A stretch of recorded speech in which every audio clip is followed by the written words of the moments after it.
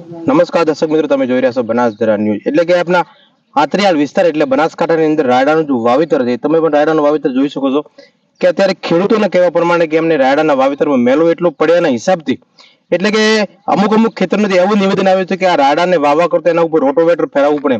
તમે પણ જોઈ શકો છો કે દૂરથી કે મતલબ પૂરની પૂર રાયડાની અંદર મેલાથી એટલું નુકસાન થયું છે કે ખેડૂતોને મતલબ કોને કે એક તો પેલો નથી કે આપણે સરકારી અધિકારી હોય કે પ્રાઇવેટ અધિકારી હોય એ 5 કે 10 દિવસ પગાર લેટ આવે તો એમને કહી શકે, ઉપરના અધિકારીને ફોન કરીને કહી શકે કે સાહેબ મારી કેમ પગાર લેટ આવ્યો.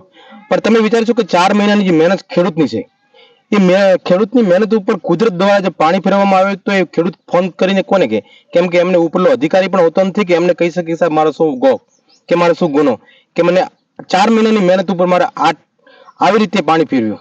એટલે વાંક કોનો ગણવો હવે? કેમ કે હાઇબ્રિડ બીજવાળા એમના પણ ખર્ચા, દવાઈના મોંઘા મોંઘા ખર્ચા અને એની ટાણે ટ્રેક્ટરની ખેડાઈ, આ બધું ખેડૂતને જોવા જઈએ તો પાછળ 4 મહિનાની પછી મહેનતમાં માત્ર મીંડું જ આવે છે. તો આવનારા સમયમાં આવા ખેડૂતોને જો આર્થિક લાભ મળે સરકાર તરફથી એવું ખેડૂતો લોકો ઈચ્છે છે.